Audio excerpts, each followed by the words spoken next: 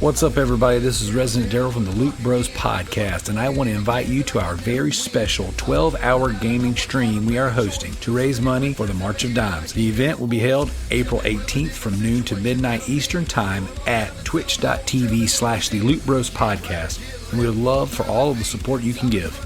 Even if you can't donate, please join us as we'll be playing video games for 12 hours, completing various dares and challenges, and recording the Loot Bros podcast live on the stream.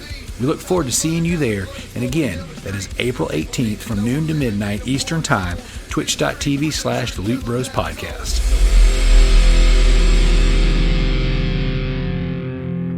My wife knocking on the door. She's like, open up real quick. I told you not to bother me while I'm cleaning my room. Quit playing with your dinghy. So I thought it was an emergency to open up. She's like, we both bought blackberry jam when we went to Walmart.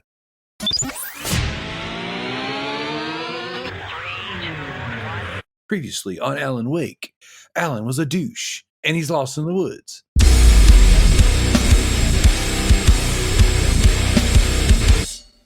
feel the minutes count down on the clock again. Feel like I'm playing in a game that I can never win. Time is running out, I know I gotta make a choice. So many whispers in my ear that I can't hear my voice. Tell me, will it? What's up, everybody? Welcome to the Loot Bros podcast. I'm your host, Residentdarrell, and with me this week, I have the master of the Kung Flu. It's Frosty. What's up? What's up? What's up?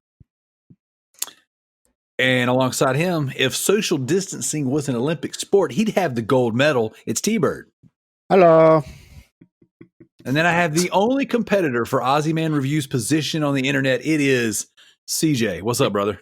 Hey guys, how are you? And I'd like everyone to know I am keeping my 4 square meters away from the Loot Bros at the moment. You know, we're safe to continue.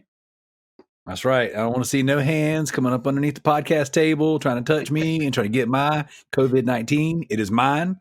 I earned it. I made sure I licked all of the toilet seats. I put my mouth on all of the handrails in all of the public places. So I am undoubtedly carrying this infectious disease. Which is excellent, because now you can do your civic duty as an American and go to work and spread it around. Yeah.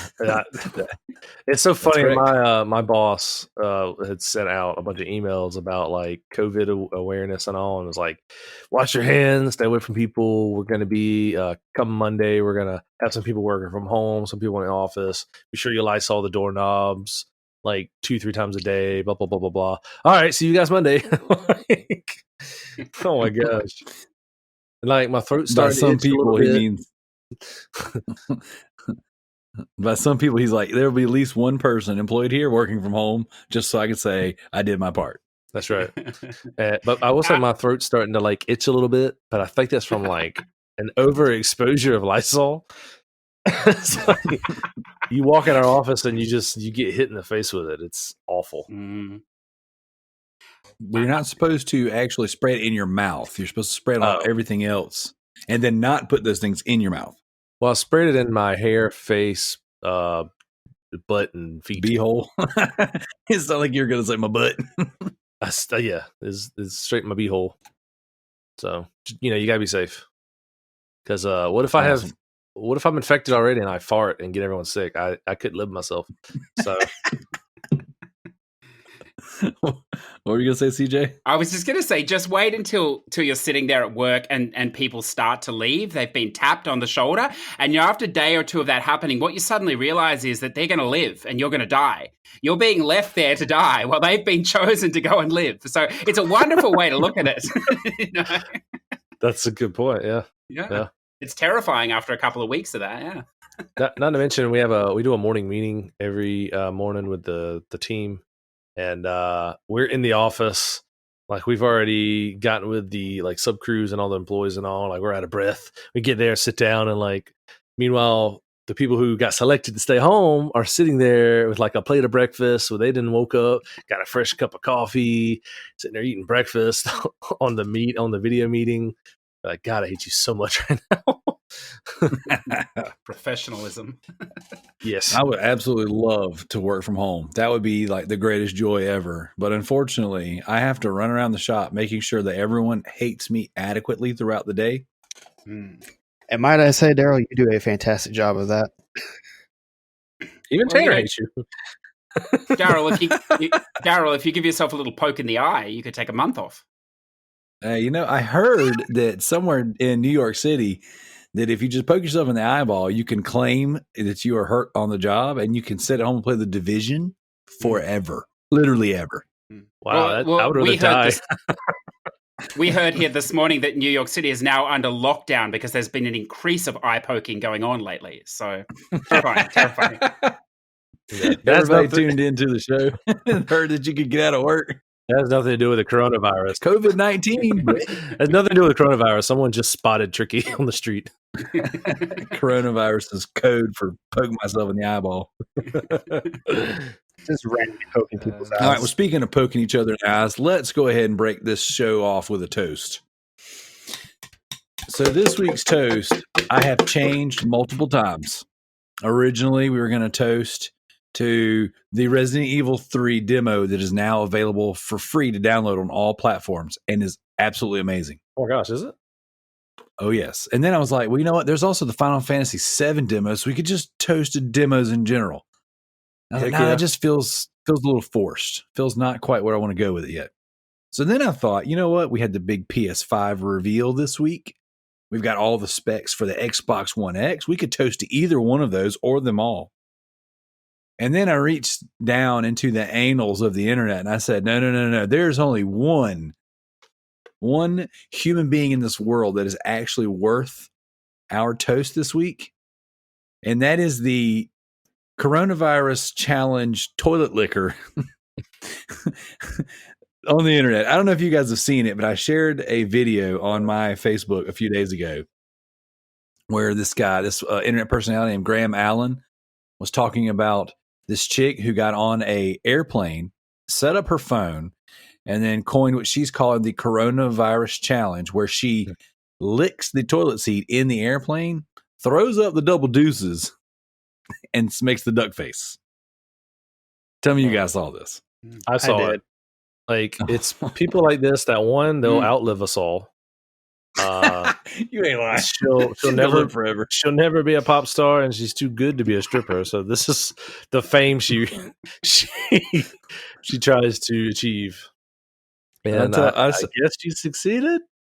Yeah. Well, I want to toast to her for being literally the stupidest human being on earth.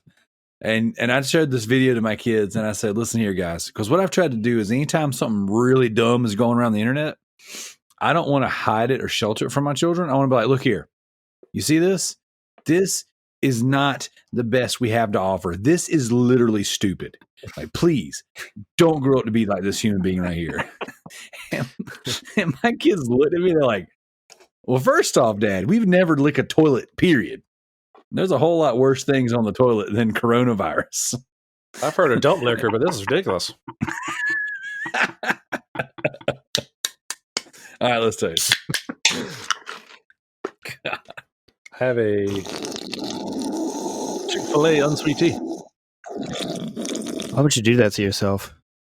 They make unsweet tea there? They do. I didn't buy it. My wife bought it for me. This is South. My wife's like, here. There's sugar in every drink we have. I know. My wife brought me home a Chick-fil-A sandwich on large fry and was like, here's an unsweet tea for your health. Babe, I think you missed the part where everything else is going to kill me first. Yeah. Nonsense. All right, guys. Well, this is the Loot Bros podcast. We are a general video game, awkward dad joke, and sometimes toilet licking podcast. If you're listening to the show, please do us a favor. Leave us a review, like, share, subscribe, do all the things. Check out our other projects and podcasts, the 2236 podcast. Check out our special guest, CJ, his podcast network, because the man can't just do one podcast and be better than everyone. He's got to do multiple podcasts to continuously be better than everybody. That would be pushed to Plat. Hang on a second. We do one show in each series. That's how you get away with it. You start a new series and do one show and then move on to a new series. It's ingenious. So you get a perfect 5-star rating for the one show, and then you just move on and just do it again. So everybody's like, oh, wow, is this new? This is a new thing. This is great. So you just continuously keep the 5-star Like, no one's ever going to say this was That's a bad. good point. Yeah.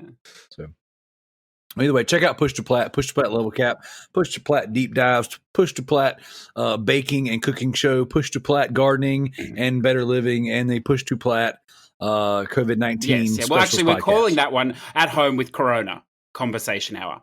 So that will be launching next week. Awesome. Well, CJ, if you would be so kind as to share with us what you've been playing, well, since you've been at home on lockdown, Yeah. surely not working. You had been playing. Like I thought you would have a lot of time when you work from home, but that's a myth, I can tell you. So hopefully that will. I've spent more time on Skype in the last 2 days than I have in like the last 2 years. I think it's insane, but I still managed to fit in a couple of 5-minute plats because that is important. The world may burn, but at least I'll carry my virtual trophies with me, which is fantastic. And I'll throw out. I don't know if you played this one yet, Darrell, or any of the other panel members. This Red Death game, so it's a short spam game. It's okay. No. Yeah, it's like it's just a what is it, like just an arcade vertical shooter, if you like, twin stick shooter. So it takes about it takes about 6 minutes or so to run the game to the end. But I mean, if you have a perfect run, it takes 6 minutes. But there's enough challenge in it that you're not going to get a perfect run in the first few goes. That's for sure. So it's probably only like a 30 or 40 minute thing, but it is quite fun. I've been enjoying that. And then what else could I throw out very, very briefly? Well, I'd like to throw out Death Stranding, but, I don't have anything to say because I don't know what's going on still. So I just won't bother. I played one level of Doom Eternal. That was a wonderful experience because I just sat down to play it. And then I read Levi's comment that the game was just dreadful. So I didn't have a lot to go on, but look, I thought it was all right so far. But anyway, I don't know. That's good. And then because I thought, well, what you really need at a time like that is just stupid distractions, just busy work, because as if there isn't enough work already going on, just some busy work. So I thought now would be the perfect time to try Animal Crossing: New Horizons. Not because I'm a fan or because I've played it before, but I thought, well, look, I love a fetch quest, Darrell. It's fantastic. So there's a lot of fetch quests in this game, but it is super chilled and relaxing, I must admit. Just, doing nothing, basically. But it's lovely. So, yeah, that's about it. Okay. Now, I've never played an Animal Crossing game before. So tell me, what exactly do you do? Well, look, I've never played one either before yesterday, so I'm definitely not an authority on it. But, well, I don't know. You get put on this island or whatever else. So one of my problems with Nintendo is that they're too cheap to actually employ voice actors. So they just employ this like, that's the voice they use for all the characters. It's really obnoxious if you're over the age of like 12. That's the best. I always wonder, like, why don't they hire voice actors? It's because they make so much money they can afford to be cheap. And they don't even vary the pitch of that thing. It's just permanently stuck on and annoying, which is fantastic. And there doesn't seem to be a way to turn it off either. So that's enjoyable. But because the music underneath it is actually really relaxing, except for that, on over the top of it. But basically you just get your tent and you're on this little island and you can build it out if you like. You can build things. I think you gather things, and it's just, yes, there's the hooks there. There's a quest system, and a leveling system and all this sort of stuff. But it's super chilled. Like, you can do whatever you want, I think. So, and what I didn't realize when I started is the game is in real time. So, sometimes you have to actually wait hours so you can do something to build, but then you'd have to come back like tomorrow in real time and it would be done for you. So that's cool. And apparently it'll be interesting for me because I play things like 5 minutes and then 6 months later I come back and play another 5 minutes. And apparently if you leave too long, things deteriorate, and it goes wild or something. So there's a lot to look forward to there. Oh, wow. That sounds awful, and I would never want to do that. Fair enough. But, other than that, it'll be the biggest selling game of the year because it's amazing. Well, there's also that. It's insane to me because the internet is freaking blowing up over Animal Crossing. And my only experience was I thought that was like a 3DS game or like a DS game. And then maybe there was a Wii title. I just I don't know. This is one of those that escapes me completely, and it's completely not on my radar. And then all of a sudden, I like get on the internet this week. It's like Doom Eternal and Animal Crossing, the complete stark opposites of each other. Yeah, pretty much. I think was it's like, just. okay. I think the reason I was blowing up so much is because it's another like Nintendo marquee title coming out with another game. You know, that's the only. I mean, people might genuinely like the game. I've never been a big fan of it. I never saw the appeal. But then again, I mean, there's a lot of games that people play that I don't see the appeal. Might be a lot of games I play that people don't see the appeal. I think Magic's cool. Darrell don't like it, so That is also correct. that's a true statement. Has never played it. He's a judge of judges. Yeah, it's not the it's not that I don't like it. It's just because I don't know what what it is. It just it doesn't appeal to me. So not everything is for everybody. So Sure.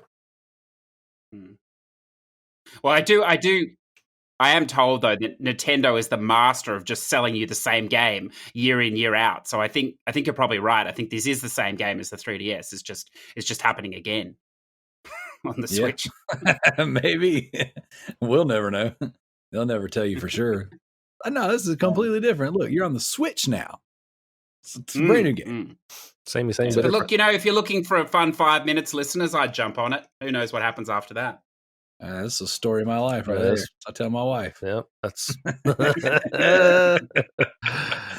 9 years later. Just saying. Still trying to figure out what happens after the first 5 minutes. I blacked out. Yeah. All right. Well, then while we got you, Frosty, why don't you tell us what you've been playing? I've actually been playing Devil May Cry 5. Oh, snap. I listened to the last week's episode today, and y'all were talking about Devil May Cry 5. And yeah, I can get down with that game. I haven't had a chance to play it as much as I want to, but this weekend we're going to be bunkered in, which is, I'm sure a lot of people will be bunkered in their house trying to avoid the public and the plague that is the coronavirus. So I'm gonna get a chance to really dig in and get some game time in.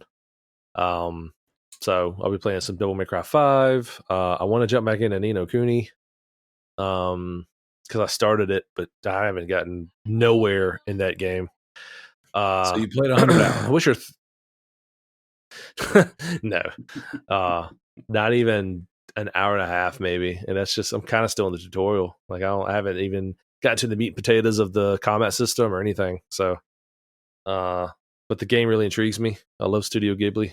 I think they're great, and this is like it's got a lot. I've talked about it before. Like it's got a lot of those cutscenes where it's like a straight up like you're watching a Studio Ghibli movie, and then it goes to the gameplay, graphics or whatever. It's kind of cool the transitions they make, but very charming game. It looks really cool. I can't wait to get into it. But yeah, Devil May Cry 5, I think it's great. I think it's everything I loved about the old Devil May Cries, and then some. So the graphics are great. I love the whole like RE engine. I love that that's an engine. Oh, yeah. Because it gives Capcom like it really makes them shine, when they put a game out. Like, if there's anything about the game, it's gonna look really good. And we've been seeing that. Resident Evil 2 remake, I think, looked great. And this looks great too. So, but it's a lot of fun. I've been really enjoying it a lot. Are you playing it on Xbox or PS4? Is that an insult? I'm sorry. I'm just kidding. PS4. I'm playing on PS4. Yeah, no, that's cool. I must say too, it's lovely to hear how quickly you've recovered from the butt virus. That's fantastic. That's right. Yeah, I forgot about that. Well, it's from spraying. That's from spraying all the Lysol in bunghole. Like that's what happens. you basically overdose on Lysol up the rectum, and you're healed. It's like a miracle. It's a tiny little miracle. Christmas miracle.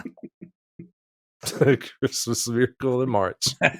Dude, speaking of, like, they're getting ready to do a Christmas movie marathon this weekend.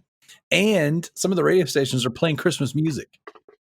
Yeah, I heard about that. Like, what Twilight Zone have we fallen into? This coronavirus is making everybody just go crazy.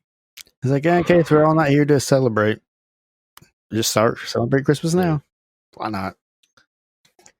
Yeah. I will say while we're on the subject of the coronavirus, which will probably be the theme for the next, I don't know, few 5 weeks. years. Hopefully not.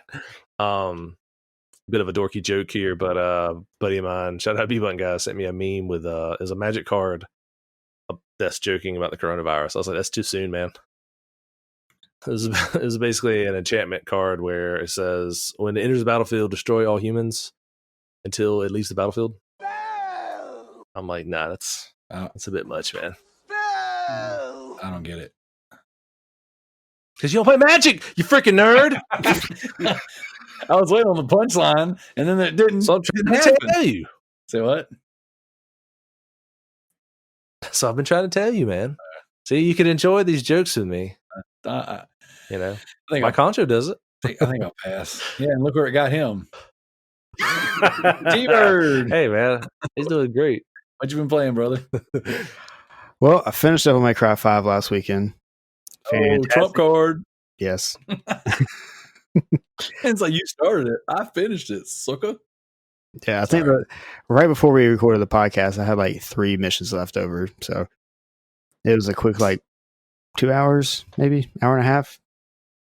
But yeah, then I went and started Wolfenstein 2, and that game it's fine. It's fun going around just shooting Nazis, but that's about all you get from that game. I think that's exactly how they advertised it too. Wolf 2, shoot Nazis, Bethesda. Yeah. Oh, we lack so much substance, but you get to kill Nazis. I will take 10 copies. If you're looking for more emotional depth, may I suggest Doom Eternal too? Doom Eternal, it's got a lot. Oh, to offer. well, it's funny Nazis you say in that. hell. I'm actually playing Doom Eternal too, and it's the same thing. Yes. It's more Doom. You get to blast demons with really nice weapons and have heavy metal blasting in the background. How is the heavy metal? Is it? It's good. It's not as good as the first one, but granted, I'm only about 2 hours in, so Hard pass. You mean to tell me the rip and tear isn't like the greatest thing you've ever heard from the rip? Get it? Yeah. Yeah, that's I have a question for you about this game, if this is okay, seeing you're playing it. Or maybe 2 questions. So I seem to be going around glory holing almost every enemy, and I'm still running out of ammo all the time. So I'm not sure if it's the way that my technique, maybe I'm not relaxed enough in the throat. I'm not sure what the problem is there. And then the other problem too is it seems to be really hard. Like I'm playing on the easiest difficulty, and I'm still finding it incredibly rigid and hard. Are you finding any of these things? Are we talking about Doom, or what are we talking about? Of course, sir. What are you talking about? No, I actually too, Tanner. Don't even lie. Yes, I was trying to speak, and you're like, no, yeah. All the glory kills do is just give you health. You're supposed to chainsaw everything to death. To hear someone talk about Doom, it's like those fake violent video games you see like on The Simpsons or something. You just got to chainsaw. You got to press the B button to chainsaw the world. You just run up and chainsaw something, and then it magically sprouts ammo from everywhere. Yeah. That's the way it should be. But then you've got those giant spider things on legs and this... Well, we won't discuss that other thing that opens its hole and you've got to shoot it in the hole. Like, I don't know. There's a lot going on there. But this is for real. Too. Yeah, it's being legit. There's like an enemy that has like just flying around. It's just a giant mouth shooting energy balls at you, and you shoot your load in its mouth and it blows up. So wait, is this? It flies around and shoots balls out of its mouth? Yeah, that's a classic Doom enemy. Oh man, this is my kind of game right here. I should have never canceled my pre-order. And I actually didn't pick it up. I made a last minute decision not to pick it up. Sounds to me like it was a bad decision. Yeah, you made a bad decision. All right. Well, then I need to get back on that. So, yeah. All right. Is that all you got? I forgot it was coming out so soon. Yeah, that's all I've been playing. All right. Cool deal. All right. Well, then I will bring up the rear. And I only brought 2 games to the show tonight, and 2 of them were reviews requested by listeners. Short show. Yep, here we go. So for starters, I'm going to talk about a game called The Valley. All right. We had a listener write in and ask for me and Frosty to check out the Valley. His name was Nicholas McKellar. So I said, sure. Somebody wants me to check out a game, talk about it on the show. I'm all about it. So I picked up the game. Actually, I picked it up on Xbox. It was $14.99 opposed to the $20 on PlayStation. And I was like, you know what? I need to compete with Gwen's Candle on the leaderboard anyways. You can't compete with that. Well, hey. Tell you what, at least you seem to be burning money like the old candle there. There you go. Gwenny P. Gwenny P. So I checked it out. And it's a first-person game. It has it's a sci-fi fantasy style world. It starts off like you would expect a walking sim, but there is a little bit of combat into it. You get this weird mech suit, but not like full body armor. It's more so like it's like leg additions. I don't know if you guys remember Call of Duty Advanced Warfare. How was that they had the little exoskeleton that kind of helped the guys punch and kick and jump and do things. Something like that, but with really weird looking legs. Makes you look almost like a one of the Minotaurs. They got the half man, half tar. Like Lieutenant Dan legs. Yeah, you get Lieutenant Dan. That's how we're gonna go with Lieutenant Dan's legs. So it's a first person. You've got legs, Lieutenant Dan. It's a first person sci-fi fantasy adventure with Lieutenant Dan's legs. And it's a very pretty game. It's got a neat art style. And your enemies are these like floaty ghost / robot types. Essentially what you're trying Jennies. Did you say titties? Jennies. Oh, no. Yeah, Jennies. No. Okay. I don't know. You threw me off. Everything's a Forrest Gump reference. I got it. I processed it a little bit slow because I thought you said boobies. For the record, Nick, I've never played this game. All right. Yep, well, you were so close though. All right. Anyways, you got these little ghost-like robot creatures that you have to fight and kill, and it's a pretty neat game. Essentially, you're trying to explore the world for what they call a life seed. And yeah, too easy. Sometimes the jokes just write themselves, guys. Come on.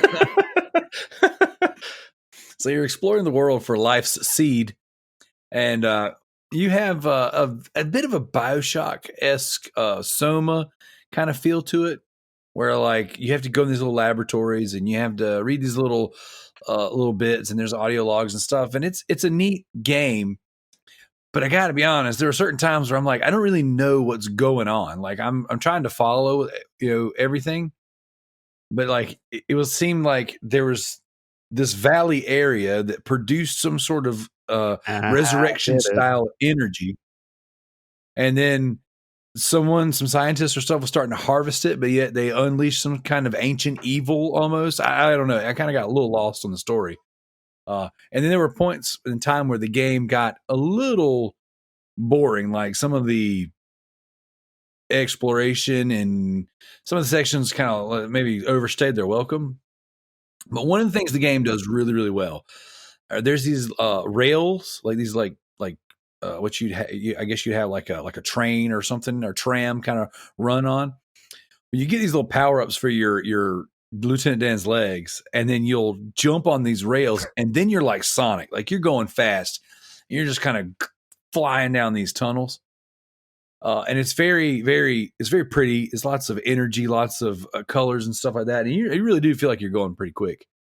And those parts right there were just some of the best parts of the game. There were multiple times where you would be on rails, almost like a roller coaster, flying through these areas, launching you into the air. Then you'd have to double jump, air jump, parkour, kind of go through the game. It was very interesting, very neat. The game had a lot of little things that you've seen from other games, kind of all compiled together. And then at the end of it, there's like a decent boss fight. But overall, like it wasn't a ton of combat, and there was this one ability you get where you can suck the life out of creatures and trees and stuff to replenish your magic, your stamina and things like that. Or you could disperse some of the magic and stamina and resurrect things, like bring deer and random things to life. So there was a point in time in the game where I just kind of ran around this valley for a while and just shot and killed all the deer. Just sucked the life out of them. And then every now and again, I'd bring one back to life. I was like, oh, dang, this deer was already dead when I got here. And then he would take off running, and then I would suck the life back out of him again. Almost like to give him hope that he was going to live and be free, and then I'd just kill it. Dang, Darrell, you've been The story of my life. Out of him, huh? Yeah, I was suck say, you've the been life sucking out. a lot of stuff in. I was sucking the life seed out of him. Whatever makes you feel So who better are you about trying to convince this is a good game, us or you? That right there is really the crux of it all, because I walked away from it going, that was neat, but I don't know that I liked it. Like it was a nice recommendation, and I welcome things like that. I want to try out more games in this, this vein, this nature, but it says, I think howlongtobeat.com says it's like a 3.5 or 4 hour game. My clock on there said 19 hours. So obviously I fell asleep a few times. But I think I spent like 7 hours, 8 hours in the game, but way more than I should have. So I don't know. I think that it was decent. I don't highly recommend it. It may be a game if you're looking for something like a palate cleanser. Maybe you've been playing Doom Eternal, and you're tired of creatures, Nazis from hell shooting balls out their mouth at you. Maybe you want a little something slower paced, a little prettier. Then check out Valley. I don't. Other than that, if you're one of the types that's just going to play the latest greatest and not really experiment too much, this one's not going to give you calls to do that. Oh, Nazis from Hell. I love that Pantera song. Yeah. And so, like I said, overall, the game was decent. I don't think it was great. I don't think it was bad. It had some things that I liked. It had some things that I didn't love. But overall, it wasn't bad. Now, the next game is one that I've been kind of dragging out for a little while. And from my understanding, you're playing this right now, CJ, Alan Wake. Yes, yeah. I'm looking forward to hearing because you finished it, haven't you? I did. Yeah. I finished it, and then this is one of those games that maybe we can do a deep dive on later down the road once you've completed the whole game. Mm-hmm. It is a very interesting third-person, thriller / horror game. I think that it does some very unique stuff. Well, I think it's a very game. That's another one. I just don't know that I like it either. Like, I sat there and I listened to our good friend Levi talk about how this was a step above Control. And I think that I might have been better off not hearing that before I played the game. I've always known about Alan Wake. I've owned the game forever. But this is it's not even in the same league as Control. Like, Control was my game of the year. It is one of the best games I've ever played. Like, I enjoyed the actual playing and participating in having fun in Control. I had one of the most absurd stories I'd ever experienced. It did so many unique things and so many things that maybe were even familiar that I really loved. Alan Wake is none of that. Like, Alan Wake is a Stephen King style. If Stephen King was a game, right, this is the game. Alan Wake, the character, is a douchebag. You don't really like him. You don't exactly know what's going on through the whole game. Is it a dream? Is he in a drunken stupor? Are we just reliving like a bender? Like, you don't know what's real. You don't know what's not. You spend way too much time in the woods with your flashlight. Like, we've all been there. Am I right? I like it. It is cool to do, but like, and the general premise of the game is you have to run through all these environments, absurd, crazy environments, and you're trying to essentially rescue your wife, who has been thrown from a cliff into the abyss of the sea. She's dead. Maybe she's not. Then all of a sudden there's some weird. She probably deserved it. Well, that's the thing, is she's actually, all of your interactions with your wife, you like her. You don't like Alan Wake. Like, he's a douche. like she's like, "Hey, honey, I love you. I think you're a great writer. Let me get you some coffee." "Shut up, Brenda. What a freak. I'm Stephen King, Brenda." Like, he's just, but her name's not Brenda, actually, but he's a douche, It's Karen. Karen, Brenda, whatever. It's a blonde white girl. May as well be. But she's just, I don't know, man. I was really thrown off by like how unlikable the dude is. And then you want me, I don't want your wife to be back with you. You're a douche. like she's better off at the bottom of the sea than with you. And like you're having these flashbacks and you're going through like these weird memories of his, and it's very control in the sense that it's kind of nonsensical. You don't really know what's going on, and again, you don't know what's real and what's not. And the way you have combat is you have these enemies, these creatures, these rednecks in the woods with hatchets and chainsaws and machetes and beer bottles, and they're, "It's Alan Wake, we're gonna get him!" And they just come out spouting all this gas. Yeah, it's like if a meth lab turned everyone inside loose and chase you through the woods. And so these people are all spouting all this crap at you, and they run after you, and they're trying to kill you. And it's cool because what you have to do is you have to shine your flashlight at them, right? And then that will make them pop into reality. And then you can shoot them with your pistol or your shotgun or your hunting rifle or whatever it is you have, right? And so that is a cool premise. But when you do that like 4,000 times, it's not fun. After a while, I was like, okay, you know what? After like the first 6 hours of doing this is not near as enjoyable. Now you do get really. This is the most honest video game review I've ever heard you do, Darrell. Well, this game should be right up my alley. You know what I'm saying? Like, and I'm saying all this stuff. Yeah.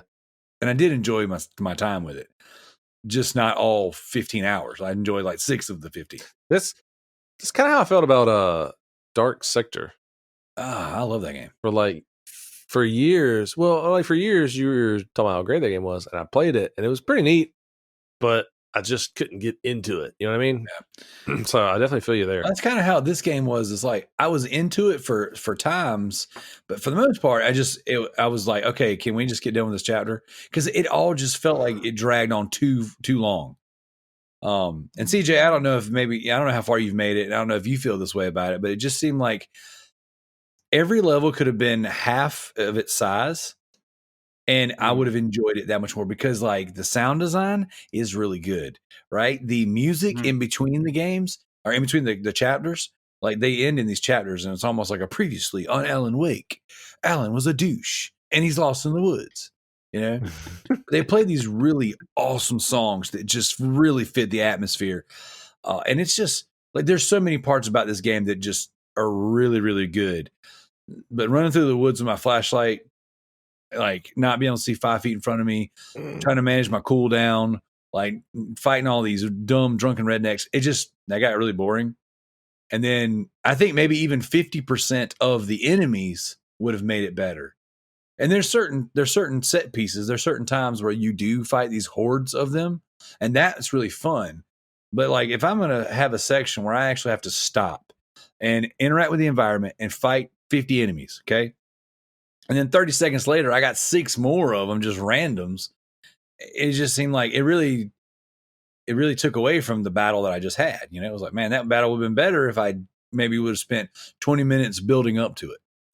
But the worst part, though, literally the thing that frustrated me to no ends, is the game gives you a bunch of supplies at random times. And then as soon as you have them, it takes them away. Like you don't get to use everything.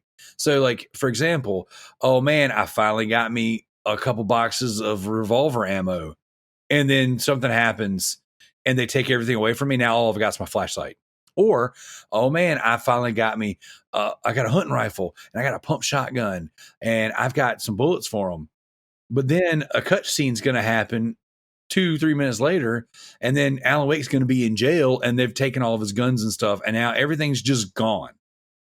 Like, or you get like, I've powered up my flashlight. Like you find better flashlights, right? And they automatically regens, and it's like, oh man, this is going to be a better flashlight. Or I've got all these batteries to keep my flashlight powered up. Then all of a sudden there's a cutscene, and it's just like they just take everything. They nonsensically take everything from you so many times in the game that it's like, what the freak is the point of picking it up? Like I might as well just not pick anything up because I'm not going to get a chance to use all this ammo and all these guns. You're just going to take them from me. I think, and that was probably one of the most frustrating parts to me, aside from overusing the really cool mechanic of shine the light on this thing, make it pop into reality, and then kill it. It was give me cool things, then take them from me without letting me use them. And there was a certain scene in the game where I picked up probably 7 flashbangs. Flashbangs are the best weapon in the game, like hands down. You get a flashbang, excuse me, and you got like 8 or 9 enemies crowding around you. You throw down your flashbang, and then boom, you freaking just kill everybody, and it's awesome.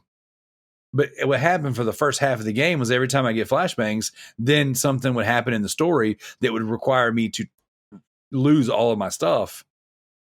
And so I got to a section in the game where I just, as soon as I picked them up, I threw them down just so I could use them. And then when I beat that section, because my fear is, as a survival horror player, somebody who plays these games on regular and who's very seasoned in it, you know how it is. You guys just played Resident Evil 2, so you understand, like, you want to conserve your ammo and all of your high-powered stuff because you know something big is coming that's going to require all of it. Then you're going to be stuck with your low-powered pistol or revolver or your knife or something. And so you're like, oh, crap, I need to save this for the big bad. So what I was doing for the first half of the game was I was saving everything, and they would just take it from me. And I was like, well, that sucked. I should have just used it. It would have made the section leading up to this easier because I wouldn't have died as much trying to be, smart, with how I played. So then, just after, like I said, after like the third, fourth time of doing that, it just got to be where it was frustrating and annoying. And like, so CJ, actually, I can, for a better, more enjoyable experience, just use your gear as you get it. Don't even save it. Don't even worry about it. Because they're going to take it from you if you don't use it. Use it or lose it. So it's funny you say that though, because I don't play a lot of survival horrors. I don't like, especially if it's a good one, I find them very intense, a little too intense for me, I think. So it's just I tend to play games that are turn-based and slower paced or whatever. So they're obviously valid games. They're just not for me. But for this particular one, this Alan Wake, I quite like it for that reason, in that it seems like the first half of each chapter is very cutscene and story based, and then the second half, as you say, is in the woods with the enemies and stuff like this. Yep. Seems to be how most of them are going. But and again, I'm playing it on an easy difficulty, so I'm sure on hard it does feel more intense or whatever. But it does have this mechanic. I don't know if you used it or not. I definitely abusing it, where you can just run past the enemies and you can actually run through to the checkpoints often, so you can get through these sections quickly. Like, I know that's not the point of it, but right. you can do that. And what I found refreshing this morning, because I got up early to play some Doom Eternal, is that getting towards the end of the first chapter, and it was just getting a bit much. And I'm like, I'm just going to piss bolt for it because I can see where the end is and see what happens. And it actually won't trigger the scene until you kill all the enemies. So it's interesting in that, I know Alan Wake's an older game, but I think it does take a lot of the tension out now for me, knowing that, well, if this is just too much, I'm just going to run and I'll make it to the next. I might die once or twice, but I'll probably make it to the checkpoint, and then I can just keep moving on. So there's that as well, I suppose. Yeah, that was probably maybe once or twice where I actually did bolt to the next checkpoint and the enemies didn't chase me and didn't respawn. But even knowing that, that's just not how I played it. I just fought everything. I worked my way through it. And I enjoyed it. I feel like I just did a whole lot of complaining and didn't really focus as, I wasn't as tender with the things that I enjoyed, because for the most part, I said it like it was a negative thing, but it's Stephen King video game. I mean, it is really great. And the way he narrates, the video game, it's very good. It's very well done, very well written. Watching the internal monologues that you have, but you watch them on like a TV screen. Like, those parts were really cool. The radio shows that are in the game, like, there's one thing you can't say about Remedy is they don't put a lot of time and effort into their writing, and it's just top notch stuff. It was just some of the minute to minute combat stuff, some of the action stuff. It just frustrated me, and I just didn't feel like it had to be that way, And I didn't bump down the difficulty or anything. I think I just played it on normal. It just, I don't know. There was points in the game where I was like, this is frustrating. And then when I like made it out, like in the best case scenario, like I thought, I was like, oh man, I saved all my shotgun stuff, or I barely used any of my hunting rifle. And then it's like, oh, here's the cutscene. And then now, oh wait, I literally have just my flashlight again. Like, yeah, I don't know. Maybe, and it could be that I just didn't play it right, but I just didn't feel like it worked for my play style. And like, When I was done, I looked back at the achievement list and I was like, well, I could go back and get some of these, or I can just delete it and play something else. So that was kind of it. I think I enjoyed my time, but I won't go back and play any more of it. So I'm pretty much done with that one. I think what would be really interesting, I know Levi suggested it the other day, but perhaps, I don't know if you're going to play Quantum Break at some point now in the future, having played that. But one of the things that I'm finding, like the Remedy, because it's obvious you like Control the best, but they're a studio that obviously struggles with how to tell their narrative, because, in Alan Wake, it is pretty clearly divided. It's like a Don't Nod game almost in the start. It's heavy narrative, then the action in the second part. In Quantum Break, they struggle even more because it's all action, but then they threw in TV episodes in effect to tell the narrative, which it's valid, but it's how they did it. But by the time they got to Control, the narrative, there were very few cutscenes in that game, so the narrative, they've now moved again into collectibles. And it's really interesting to see, like a lot of the studios that you play, they go the other way. They go from very little narrative and they add it through cutscenes as they develop. They're almost, I think they're evolving almost to this way where you can play the game without interacting with the story in Control and have a great time still, or you can put the effort in and interact with the story. But the early game, like Alan Wake and Quantum Break, you can't do that. They force you into the narrative. So it's interesting to see.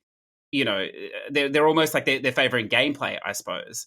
That's how they're developing, which, I think, like, I don't know how you guys feel, but I think most gamers are far more interested in the gameplay than the narrative, which, that's not my case, but that's how it seems to be. So I think that would be really interesting once you played Quantum Break to see your view across all three games.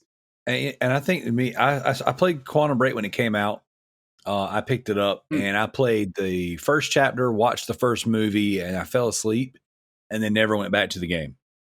And that was not necessarily a testament of the game as much as it was I had just come off of Horizon Zero Dawn, and I thought Horizon Zero Dawn controlled. I know that's not one of your favorite games, but I thought it controlled so well. I just loved the way that game played. And then to play Quantum Break afterwards, I thought Quantum Break was much inferior of a controlling game, and it didn't look as good. I thought that Horizon Zero Dawn looked great.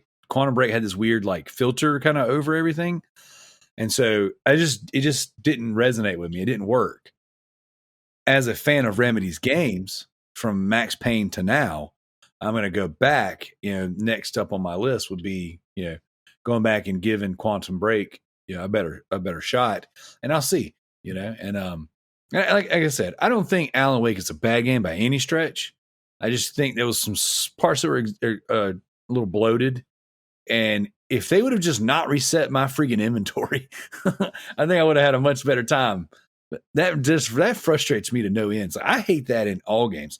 Like, I cannot stand whenever you're playing a game and you've got all this good stuff, and then there's a certain part in the story where now you're back to nothing. And then, you got to hunt down your gear. You got to go find your guns, find your armor. I'm like, I hate it. I think it's stupid. It doesn't work for me. It's not the way I want to play. And Alan Wake did that not once, not twice, freaking near 6 times, I think. It might even be more than that. Like, it really, pay attention when you're playing it and let me know.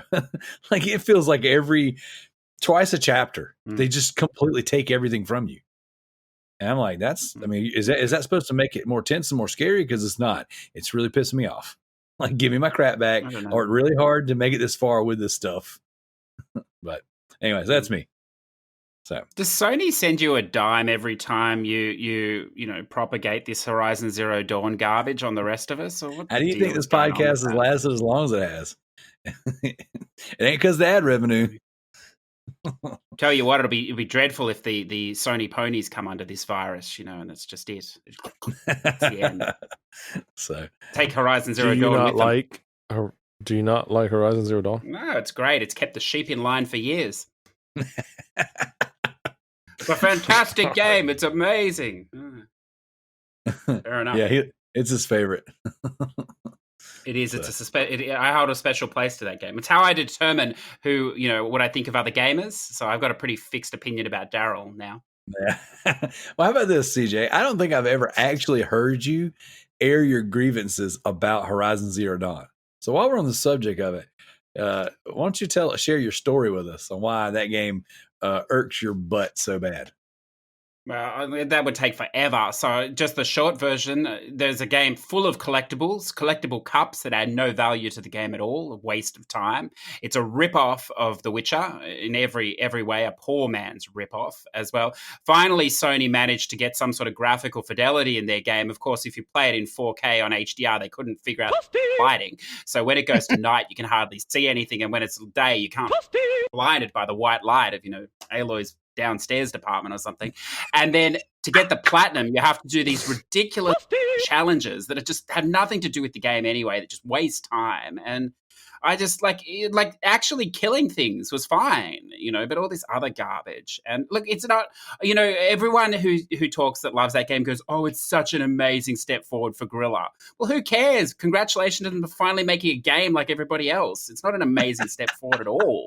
Just ripped off somebody else, congratulations. Like it's a poor man's Witcher Assassin's Creed mix. That's all it is.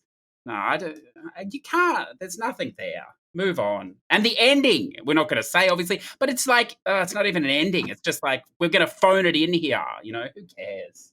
Who cares? Thank you. Well, happy you asked. I really am, and I just wanted to say that while you were going on your rant, I got a trophy.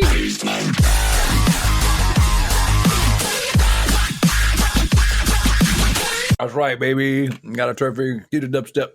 All right. Well, I hate that you didn't have the blast of a time that I did with my 68, 69-ish hours in Horizon Zero Dawn. Give him another dime, Sony. He did it again. Another dime. Ding, ding, ding. I got that platinum, and I was like, oh, my gosh, so this game's over? Like, I got the last trophy I got in that game was that power armor that's supposed to make the game, like, easier. I didn't even try. I didn't go. I give you $1. Can we just move on? That'll cover you for the next year of talking about this. All right. Game. Well, then there you go. I've met my quota. I have earned my commission for pimping Horizon Zero Dawn, and we can move on over to our leaderboards. Well, this time, guys, we're only going to do 2 leaderboards because for whatever reason, the PC Master Race can't get the drivers updated and installed to make their leaderboard work correctly.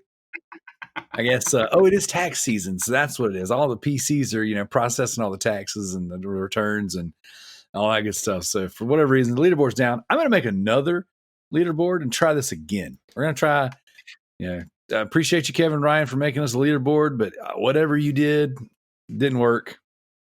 So whatever you did crashed the system. Yes. I tell you what, you want to ring up Sony when you get your dimes there for just spruiking them, and you want to tell them that's the marketing quote for PS5, more consistent than a PC. That's all they can go with. There you go. So, all right. So if you're interested in having your gamer name read out on the show, just participate in our Loot Bros leaderboards. Head on over to truetrophies.com. You can sign yourself up and join the Loot Bros podcast custom leaderboard. And what we have this week in first place, as no surprise, Affectatious Donk with 205 trophies. The only reason you got first place. Can I donate 150 of my trophies to the One-Eyed Bandit? Because he's got one eye. He can't. How could you play with one eye? I want to give him 150. Tricky has been knocked down so far in this leaderboard because he can't see to read his guides for his little visual novels. He's completely crippled in the trophy game now because he can't do his VN. He might not be able to see well enough to host a podcast, but he can sure see well enough to find the Division 2 app on the PS4 and play it every day. True that. His one good eye is always fixed on the Division. So, all right, in second place, goals with a very, very just ridiculous. I can't believe that the Loot Bros listeners has allowed this to happen. Second place, Residentdarrell with 19 trophies. That's nothing. So that's terrible. And I'm tied with Mr. TMNT for 19 trophies. Like that's pitiful. I'm embarrassed for all of us. And then stop replaying Horizon Zero Dawn. There are no more trophies there. No more. I still have to go back and get all the Frozen Wilds trophies. So I've got more time with Horizon Zero Dawn. And then pulling up the rear, is Gaz Davis 11 with 15 trophies. That's pretty sad, guys. That's pretty terrible. Hey, lay off them. Everyone's getting the C virus.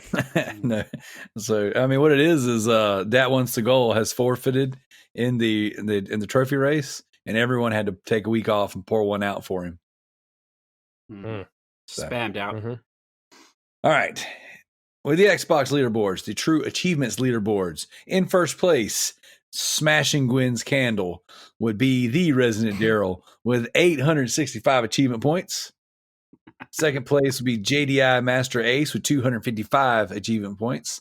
And then coming in the rear, or coming from behind, I guess that'd be the best way to say it. Either way, it's bad. It is Gwen's candle. What happens with the candle stays with the candle with 125 achievement points. Gwen's candle did not get a lot of action this week. That just proves how versatile the candle is. It can come in the front or the back door. It almost seems like its placement is intentional.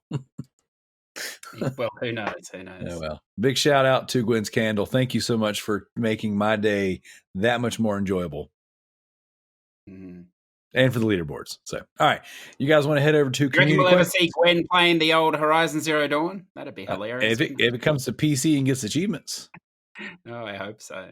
So, are you going to split these dimes with me, or at the end, or how's this going to work? I'll put it like this: I will split my commission with you once you platinum Horizon Zero Dawn. Or did you platinum Horizon Zero Dawn? Well, I did platinum it. Yeah. Okay. It cost a lot in nooses that month. Get some money back, it'd be nice. I mean, would you have wasted on Valley? Yeah, there you go. Well, I did that. So you platinumed the Valley, didn't you? No, I draw the line at garbage. All right, Frosty, you want to head on over to community questions? Yes, I do. Now we move on to my favorite segment of the show, community questions. Kicking this thing off is Raven Gordon, who asked, okay, the whole podcast crew is in Skyrim. Who's the first to get accidentally killed and how? Wow. So I will kick this off and share a story of very much like my first Skyrim experience. Starting this brave new adventure. I just escaped prison while I was in prison. I don't know. You're always in prison at the beginning of these games. I don't want to know why. But got my broadsword, got some armor, some rusty armor that I got from killing a rat, looking at a barrel. Traveling down the plains. In the distance, I see Whiterun. Then I see some people fighting a giant, and I get really excited. And I run up to the giant to kill him, and he smacks me with a club, and I go flying in the sky. So that's probably how I'll die in Skyrim. Just chasing a giant, old one-eyed giant. Chasing a giant, and it's a metaphor for my life. See, in the distance, I see my goals and my dreams, and then I get distracted by side quests and get dead, and it kills me. Well, I would say if we take this literally, then I would say that Josh would be clearly Josh. Yeah, yeah. I was the first one to go. He's dead. So there's that. Yeah, we don't know how he died because we couldn't find him. He was on an adventure with us. We turned around. We're like, "Where is he? I don't know. He's in a cave somewhere, getting hacked apart by a necromancer or something. No, getting penetrated by the Dunkless. He actually gets yes, Sir Dunkless. He gets resurrected by a necromancer, and then on a side quest, we find the necromancer, and he sends his minion after us, who's Josh, who's been brought back from the dead, and we kill him. That's how he dies. The end. Another trophy. What are you playing? Next question. What are you playing right now? I'm playing Vanquish. I'm asking. Like, what are you? I'm playing Vanquish. So you're getting all kinds of trophies in this hard game you're playing. It's very hard, but I am persevering through it. I'm just grabbing the challenge by the thick of it. Very nice. That's what gamers should do. Zach Cheney asked, "What game are you surprised that you finished as a child?" Any game on Nintendo. Because going back to those games are hard as balls. Yeah. Now, which Nintendo are we talking? Like NES, Super NES? Either, really. Which, I mean, there was a lot of really hard games on Super NES too. But looking back, like, as a kid, there were so many games I played and beat that I was really, really surprised even today that I beat. Like Super C was one of them. Super Contra, if you will. I only beat that like because going back and trying to Konami code. I could never do that. Sure, yeah, everyone. Well, even like now, like going back playing it, it's still pretty tough. Like there's still a couple games that some people might consider difficult that I can go back and play because I've played them so much. But there's a couple games that like I might consider classics, like Super C, that I've only played and beat maybe 2-3 times in my lifetime, which compared to the other games I've played, it's not really a whole lot. But going back and trying to play those games now, like it's tough. It's really tough. It's like they released the Mega Man collection, and I was playing through that, and I forgot how hard some of those Mega Man levels were. And then I look at the trophies, and I'm like, I'm never getting the Plat in this. It's like I'm not even going to attempt this trash. Yeah. I don't know if that game had a Plat. I think it was just like you unlock all the bronze trophies or whatever. Yeah, I think you're right. Yeah, I beat one of the Contra games. I thought it was the original Contra. But man, I bought the Contra collection on PS4. Dude, it's just ridiculous. Like it's not even enjoyable. It's so hard. With the Konami code. I was like, and me and my son, my oldest, were playing it. And you can definitely tell the difference between us old school gamers and these new school kids. Just because the way that they play games is completely different. And we just constantly died. Like it was, and of course he doesn't have any kind of etiquette when it comes to stealing extra men. So the Joker just ran all my lives out. And then after he runs all my lives out, he goes, "This game sucks." You're talking about a generation that plays a game where literally you have to race to loot boxes, take all the good weapons while everyone around you dies, and then you build a stupid fort as someone's shooting at you. Yep. And then you aim at them and try to shoot them and kill them. But guess what? The shooting mechanic is dick. And you can't hit anything. Yeah, I'm talking about you, Fortnite. You suck. Hate you. You know what I like, though? Horizon Zero Dawn. That's a good game. Somebody else is on payroll now. At least you got your episode title. Ching, I'm trying to feed my kid.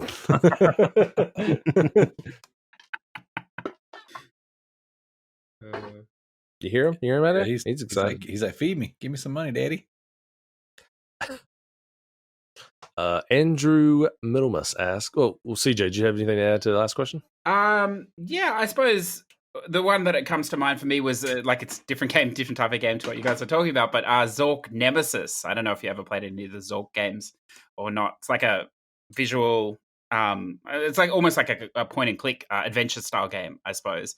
And I remember playing that and we didn't have the internet, and I don't think it would have helped anyway because it was a bit before the time where you could look up answers.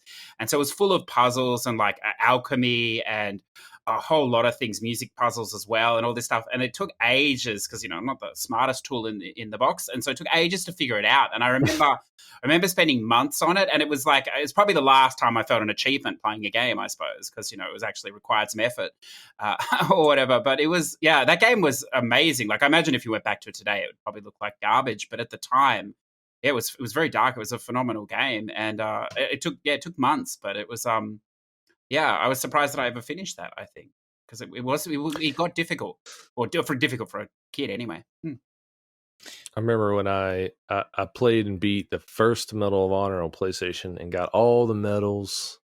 I was so proud of myself. Had like 100%. Basically, I was like a platinum in PlayStation days. Yep. Because you can go in and look at all the medals you had. I had all the medals. And I remember my aunt and uncle were living with us at the time, and my cousin Gabrielle and her little brother, Ricky Jr., who was a little obnoxious turd back then. Shout out, love you, bro. He somehow he got my memory card and somehow erased all the data. So I got on there one day and it's like just white. Yeah. I was so sad. But yeah, that game was kind of tough, especially on the harder difficulties. I got one for you since you mentioned memory cards.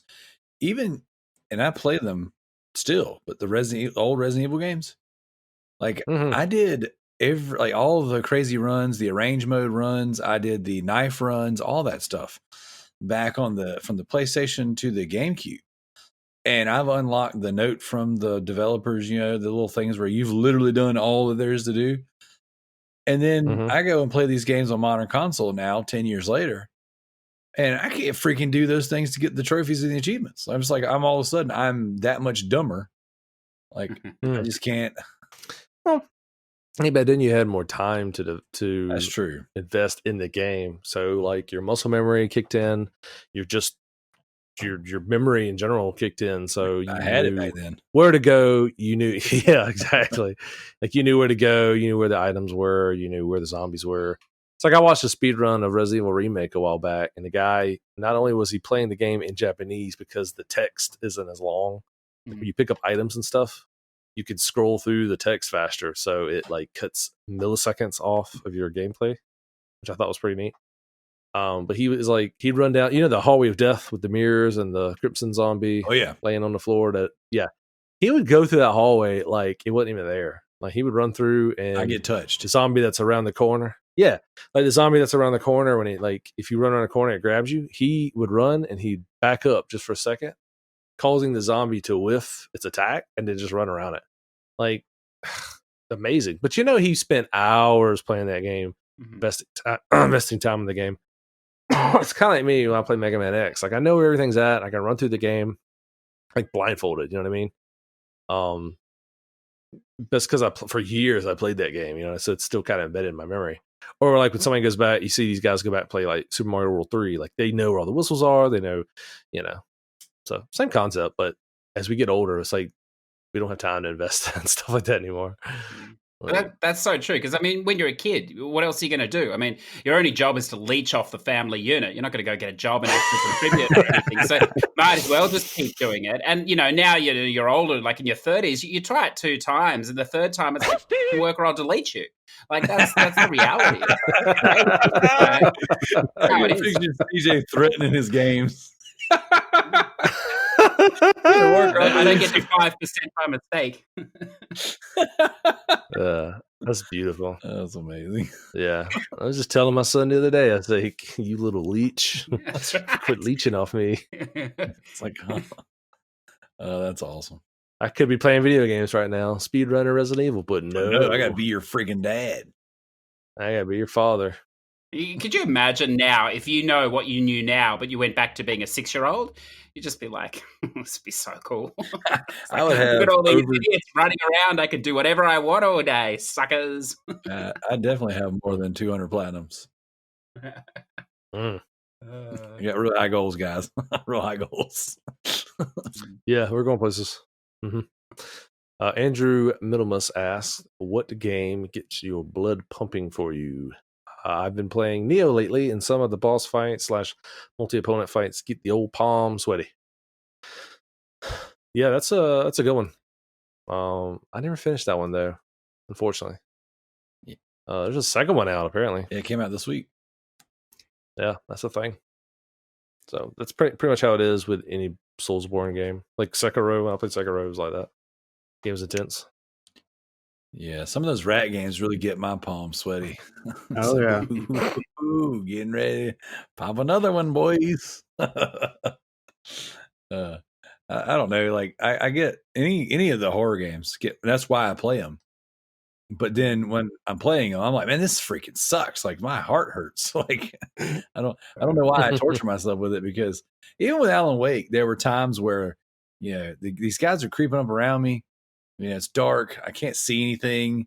I got my headphones in. And I'm like, like this is getting a little tense. And then, oh God, they took my stuff from me. Now I'm really screwed. So yeah. Yeah. I kind of felt that way during Resident Evil 2 whenever Mr. X was involved. Yes. Because he doesn't stop. Yeah. Like the dude just didn't catch a hint. Like, hey, I'm running from you. But it was don't chase me.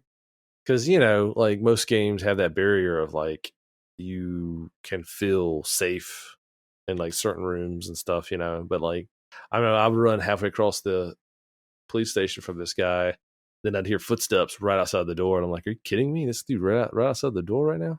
Yeah. And then the footsteps would stop, and then you'd go down the hallway, open the door, and he's like in that room. It's like, oh god.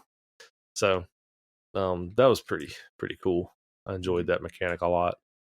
But I'm hearing that Resident Evil 3 Nemesis can go into safe rooms. Dude, when I read that, I kind of rolled my eyes. I was like, dog, no, the whole point of being a safe room is because I'm supposed to be safe.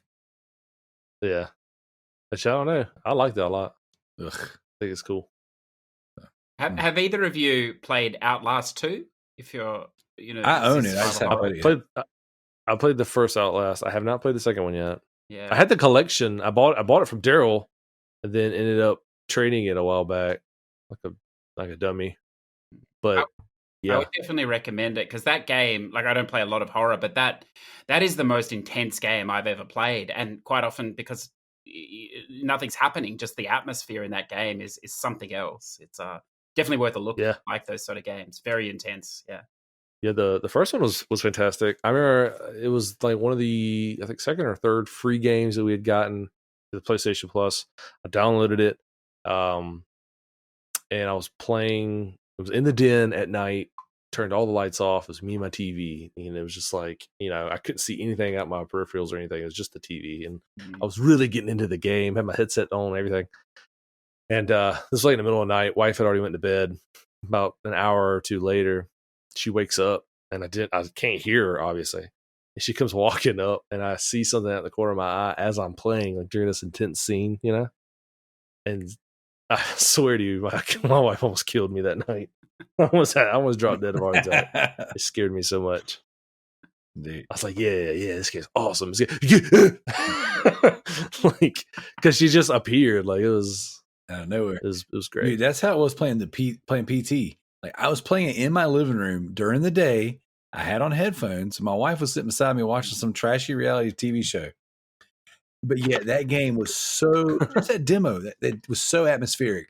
I was like, oh my gosh.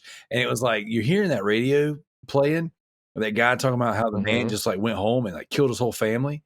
And it's just like, man, this is so creepy, so intense.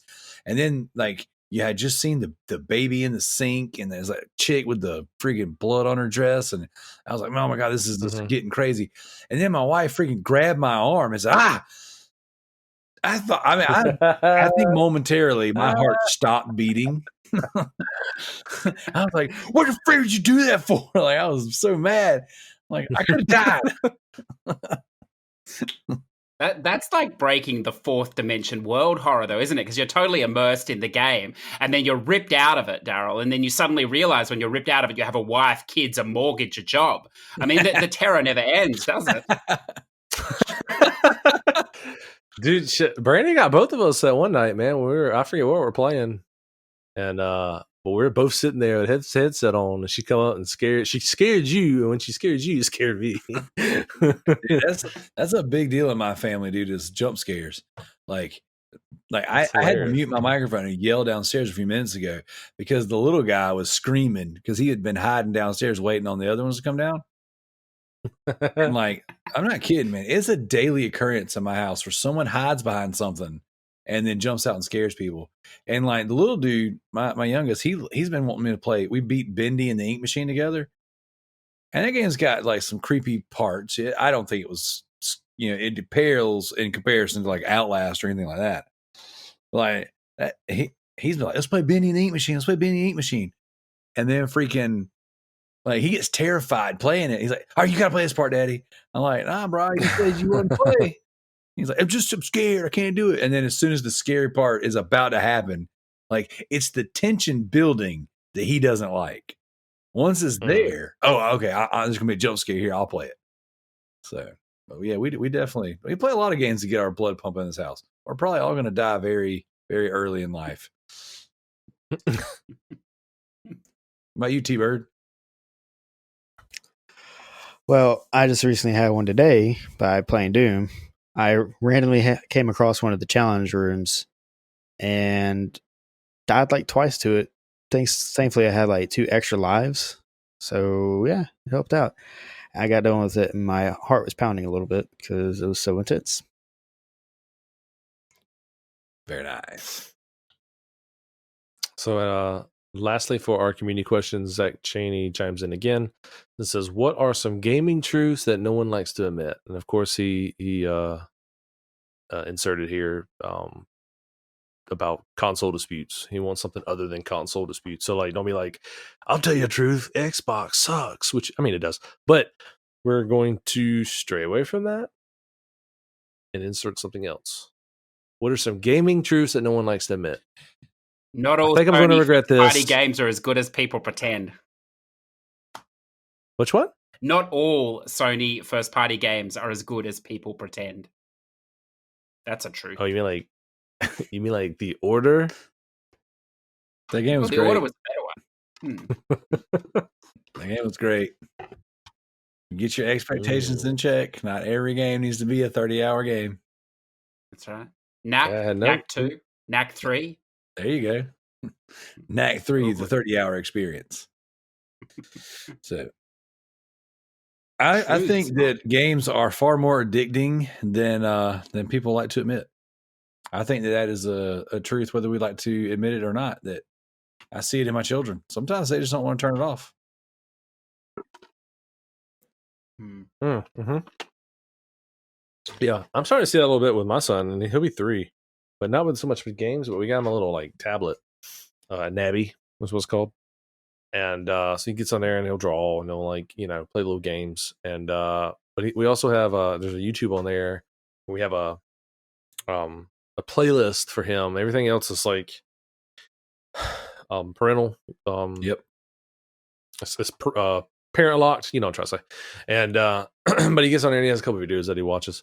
And like if it's time for bed or something, and like we're trying to get it up the Nabby away from him, like he's pitching a fit, Not always, but there's been times where, he's like super tired and he's like fighting sleep at the same time of being on the Nabby. He'll pitch a fit. So yeah, I definitely see that, And thinking back when I was a kid, like there were times where like when Gears of War was big, the time I was 18, like I was playing the hell out of some Gears of War. And I'd stay up. And this is back when I could stay up till 2 and wake up at 7:30, go to work, and feel fine. Now I do that. I feel like I'm The Walking Dead. So, but I got one. That's a good one. I got one. That's a good one. Call of Duty Ghosts was actually the best game in the series, not the worst. No, that's a factual lie. So that is an actual factual subjective lie. Was that the one with the dog where you had the dog? Yeah, the old next gen graphics dog, and looks like Darth Vader.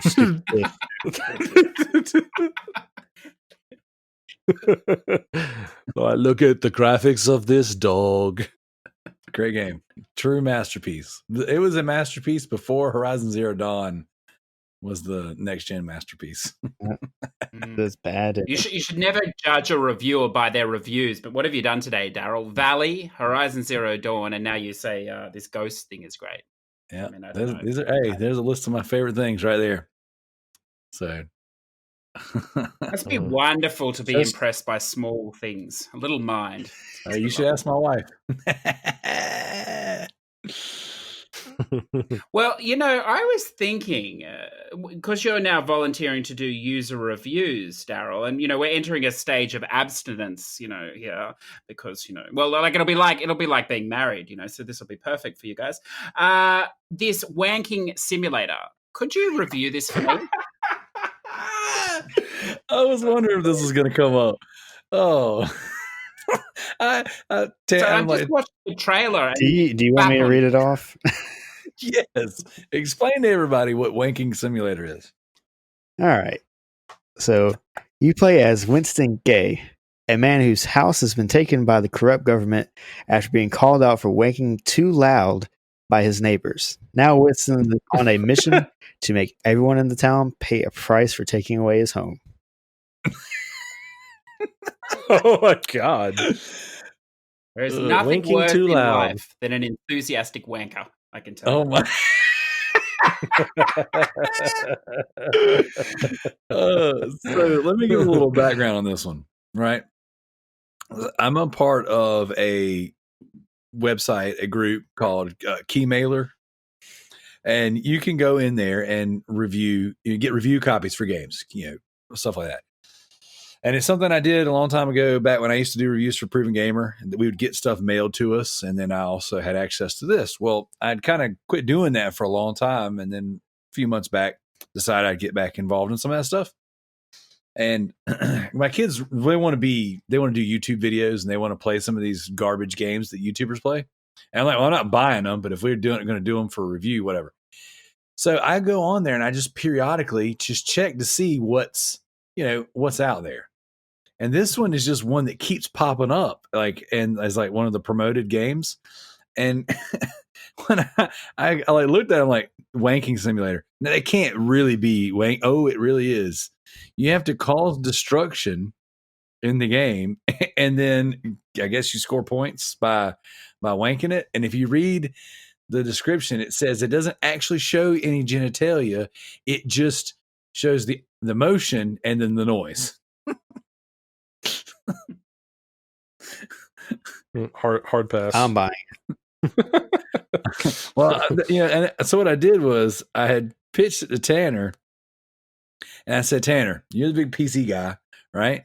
Like you should try this out. Like this. And he's like, why? Why would you want me to play this? I'm like, it's not a knock on you or anything like that. It's just that it would be funny, because if you listen to the game features, it says explore a nice neighborhood full of things ready to be sent flying into space, destroy things, throw people, blow up cars for fun, or be a civilized man whose goal is just to quietly wank. And then in parentheses it says boring. It says unlockable abilities such as explosion spell or spawning an aggressive pony, which will help you fight bad human beings. Drive your uncle's car, complete deliveries, races, and missions, or just chase clouds in a hot air balloon. It's got a sandbox mode, an arena mode, challenges. You can customize your character, achievements, and goals. This is the most complete game ever. It literally has everything. And then the last bullet point says, try to cause as much property damage as you can, and then upload your score to the leaderboard. I mean, like, it's Grand Theft Auto, essentially. Wait. I'm looking at I'm still on the Keymailer site. The last sentence says, you are free to go wherever you want and destroy anything you want. Our protagonist is given the unlockable superpowers such as spells, magic, cum shots.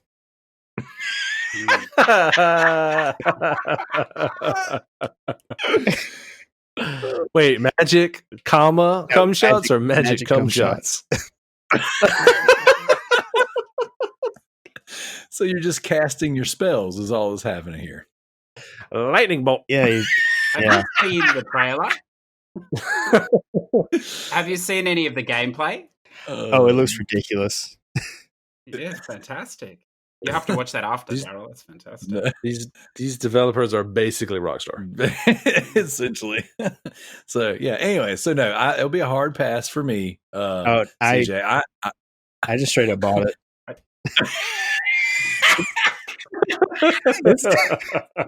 Not even joking. It's got 4 minutes left to install.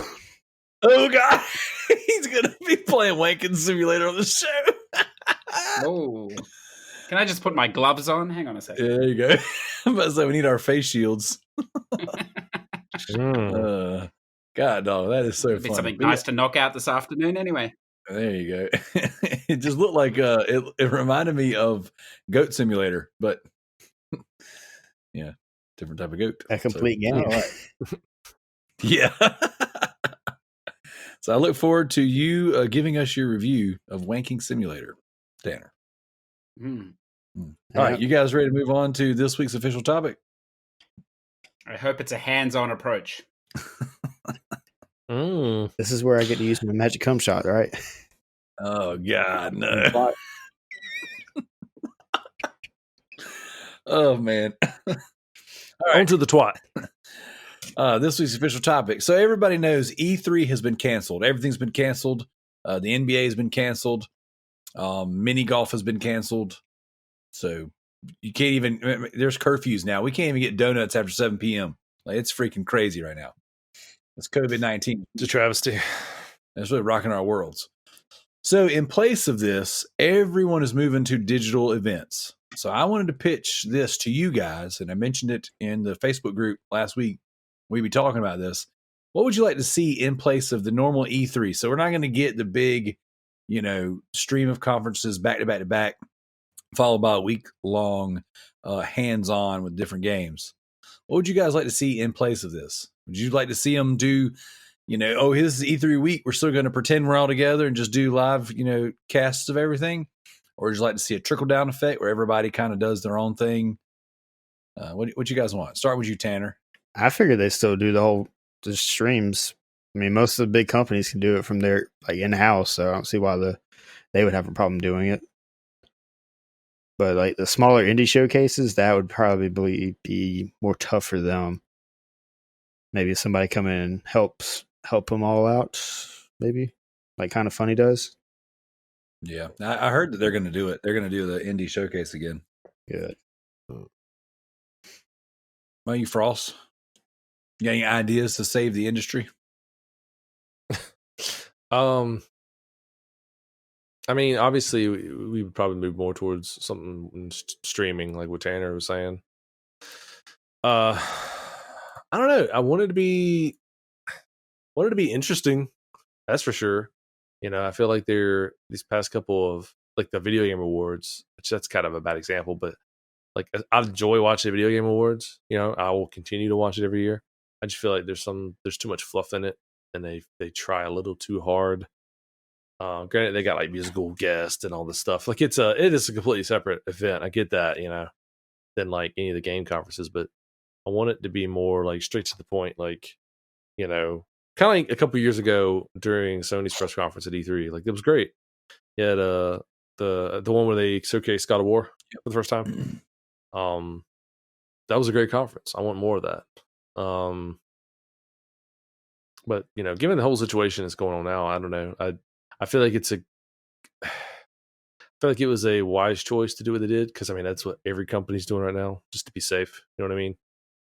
Like I'm gonna admit, like I feel like it was a little blown out of proportion in the beginning. I feel like I was kind of a skeptic before, but like we were hearing about cases locally, and maybe there is something really going on. Maybe this is like a strain of the flu, just way stronger. We just need to take more precaution. That's fine. But I don't know. Like I'd like to see. It sucks that E3's not gonna be here this year. Yeah, it's canceled or whatever. So I don't know. We'll have to see. I do like the comment though that's on the screenshot that you took. That was it's pretty funny. It's like they're like, hey, in light of the recent events, the coronavirus, E3 will be canceled. Sorry for any inconvenience. We love you guys. Thanks for all your support. This dude's like, you pussies. That's why I screenshot it and put it in there. Yeah, that's how it is. That's how it's the internet. I think there's a guy. I don't want to name any names, but he's on my on my Facebook, and he's taking an opportunity to like attack people for just their, I guess, unreliance to comply with like any safety precautions involving the coronavirus. You know what I mean? Like it takes time for people to like adjust, because everyone's got their lives. Like we can't just all stop and say, oh my gosh, everyone's getting the flu, we got to shut it down. It takes time for like, okay, this is serious. Like like I've been telling everybody, all of our customers, like, yeah, we're planning on working until the government tells us to stop.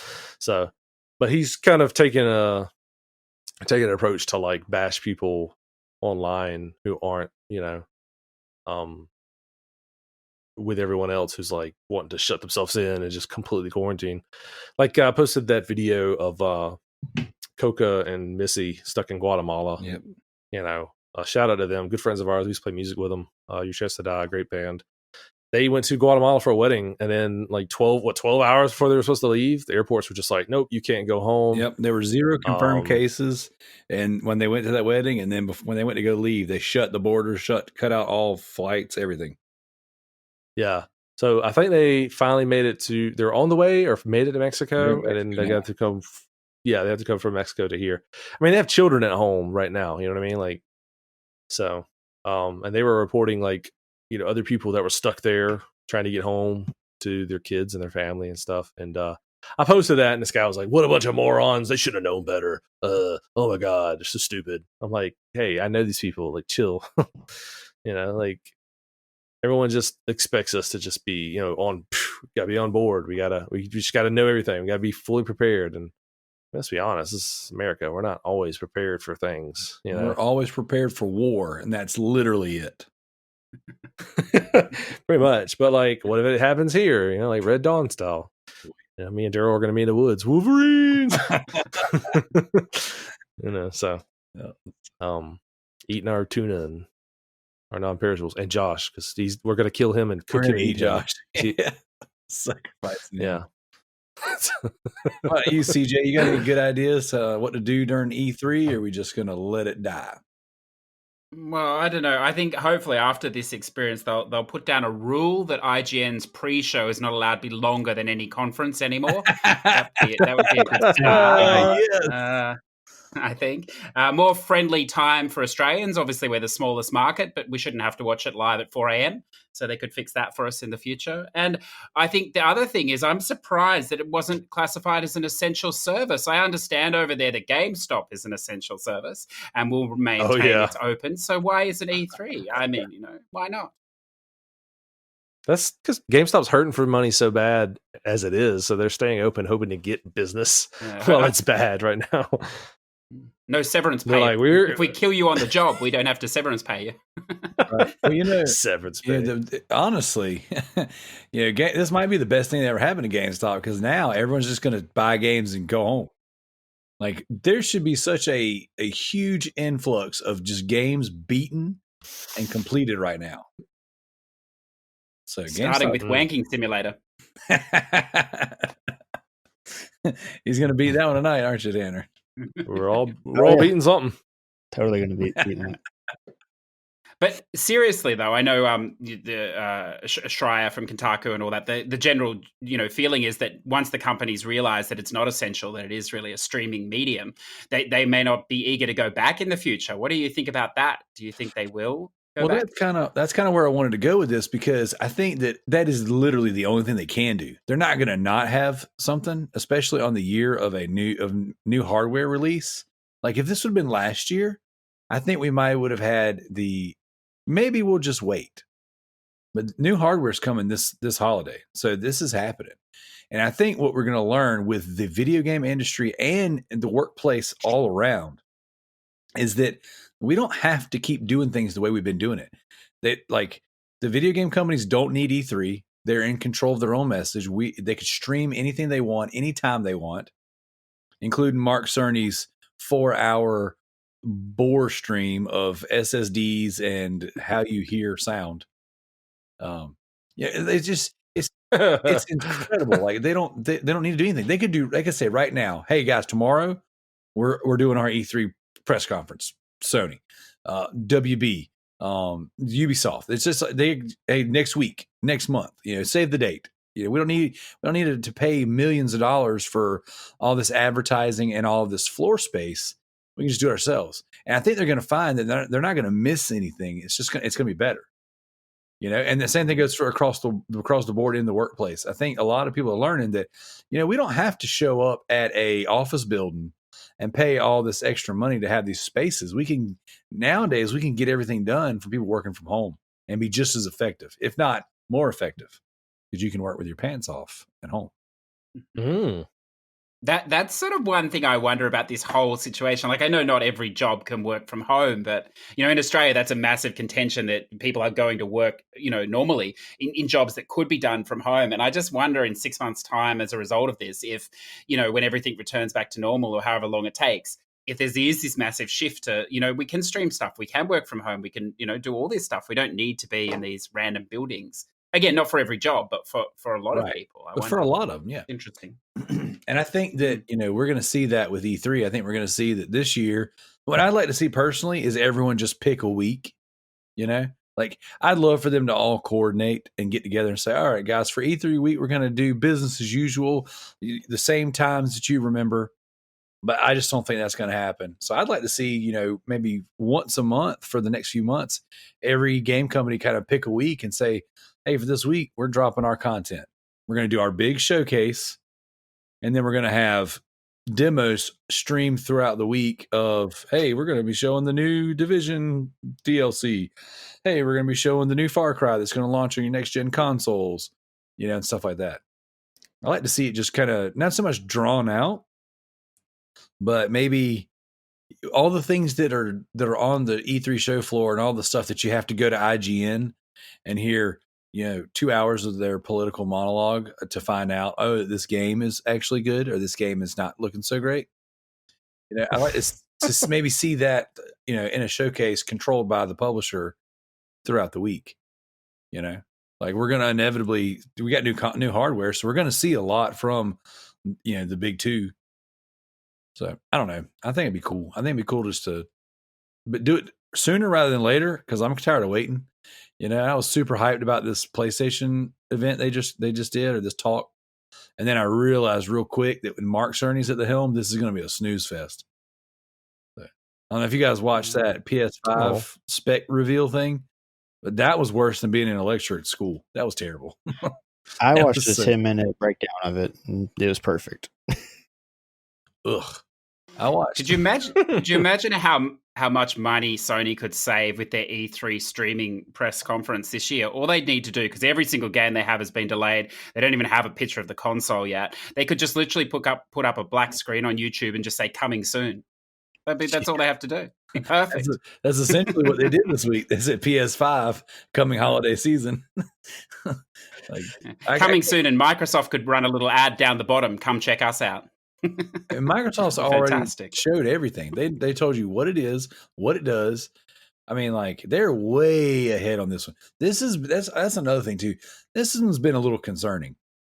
Like Sony hasn't even showed you what the box looks like, much less, and they just told you they haven't built it yet. Yeah, it really does feel that way. It really does feel that way. I wouldn't be surprised if this one doesn't get delayed till next year. Like that the Xbox comes out this year. And then PS5 gets delayed till next year. But you're being a bit hard. Like, I mean, I know you're a Sony fanboy, but I think you're still being a little bit hard on them there. They can't, until the Xbox releases the X, they can't go out, buy one, take it out of the box, put it in a PS5, and then resell it. You've got to give them some time. Well, one thing you can count on is at least the PlayStation will work. And it's going to have good games. More powerful than a Vita. Nothing is more powerful than a Vita. Except literally everything. I don't know. I just think that E3 could be, if they did, hey, this is E3 week for, or not even E3 week now because you're not going to call it that. This is PlayStation's week, and then start it off. Here's our presser. We're going to show you our 90-minute conference as you would see it, in the.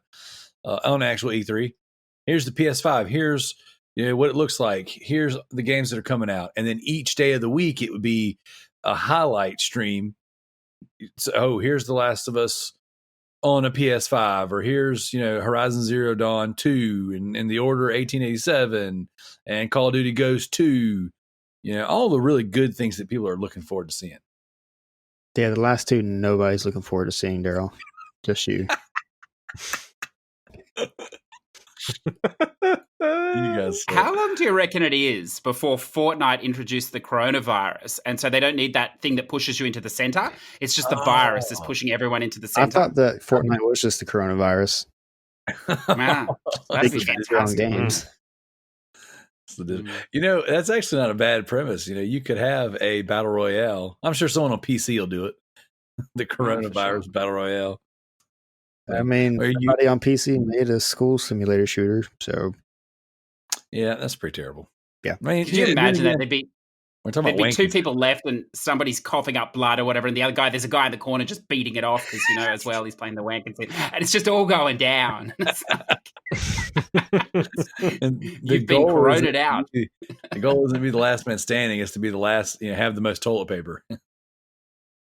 It's true. Yeah. Imagine a wanking sim battle Fortnite. All right, where this is going. Oh man, we got in VR. It's like it's a test of strength. Oh God! All right, you guys got anything? I looked up reviews for this game on Steam. Oh, read them. It says, got blown up by a suicide bomber while having a wank. 11 out of 10 IGN.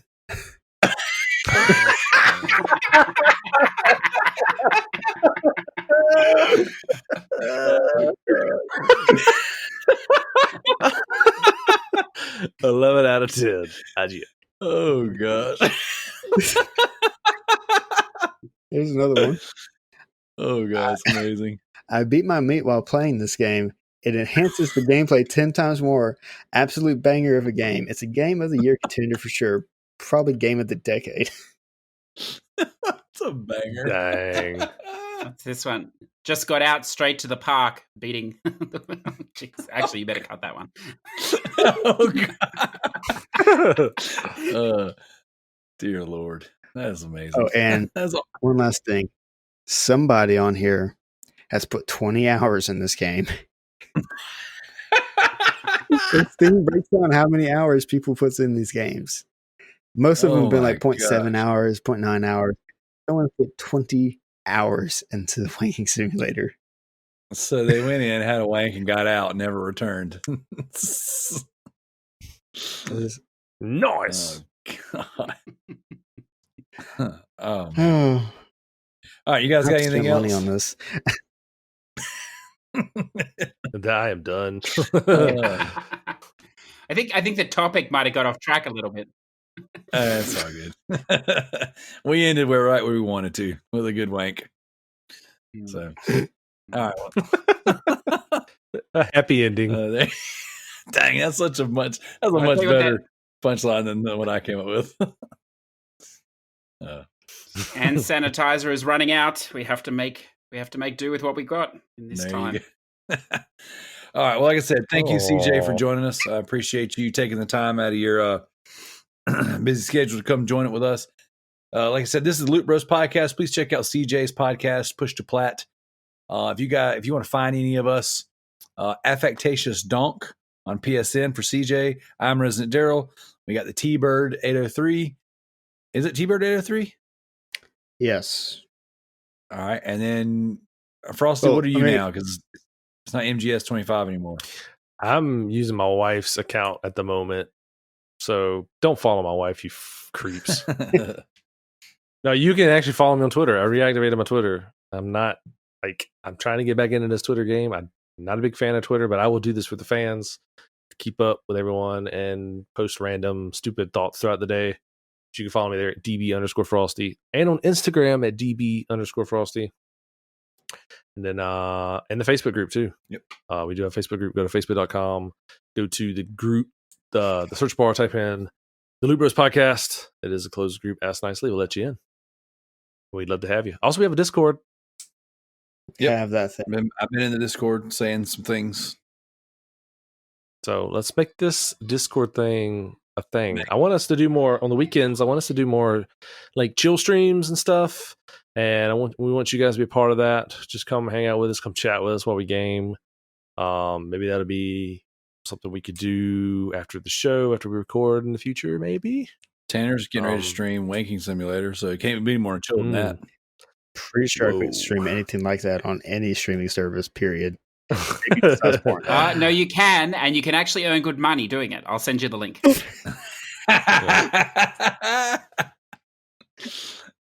Let's see. Oh, God. It's a new world. You've got to think outside the box. That's right. I'll start on feet pick too. Pants off and everything. Oh, God. Yep.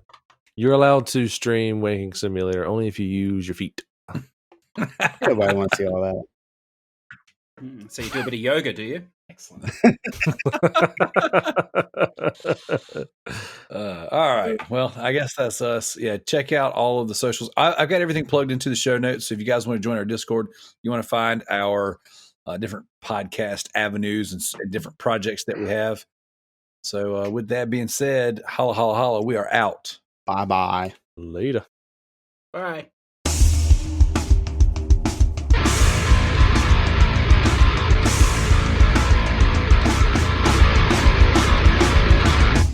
On the front line, I can see the enemy. I feel the battle of ages raging inside of me.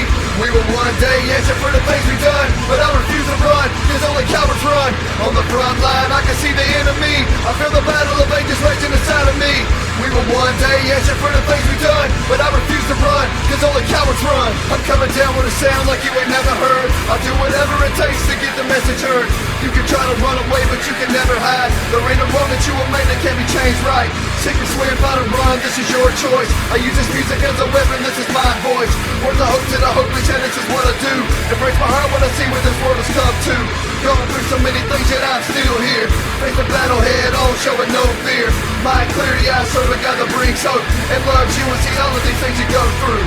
On the front line, I can see the enemy. I feel the battle of ages raging inside of me. We will one day answer for the things we've done, but I refuse to run, cause only cowards run. On the front line, I can see the enemy. I feel the battle of ages raging inside of me. We will one day answer for the things we've done, but I refuse to run, cause only cowards run. Pursuit is listen to what I'm bringing you. About to step on some toes with what I'm letting loose. I'm telling you life is hard, you feel like falling apart, and all you see is the scars of these things past. You may be close to the edge, just standing out on the ledge, ready to jump. Stop, listen, please step back. Only the cowards will run when things get tough. Only the cowards will run when things get rough. Hearts break, tears flow, God stays the same. He's the only one that can take away the pain. Insane that he can love us even through our flaws. We don't deserve a single thing, but he gave it all. On the front line, I can see the enemy. I feel the battle of ages raging inside of me. We will one day answer for the things we've done, but I refuse to run, cause only cowards run. On the front line, I can see the enemy. I feel the battle of ages raging inside of me. We will one day answer for the things we've done, but I refuse to run, cause only cowards run. And you can try and run away. You can try and run away. But only cowards run away. Only cowards run away. And you can try and run away, but only cowards run away. On the front line, I can see the enemy. I feel the battle of ages raging inside of me. We will one day answer for the things we've done, but I refuse to run, cause only cowards run. On the front line, I can see the enemy. I feel the battle of ages raging inside of me. We will one day answer for the things we've done, but I refuse to run, cause only cowards run. You can try and run away. You can try and run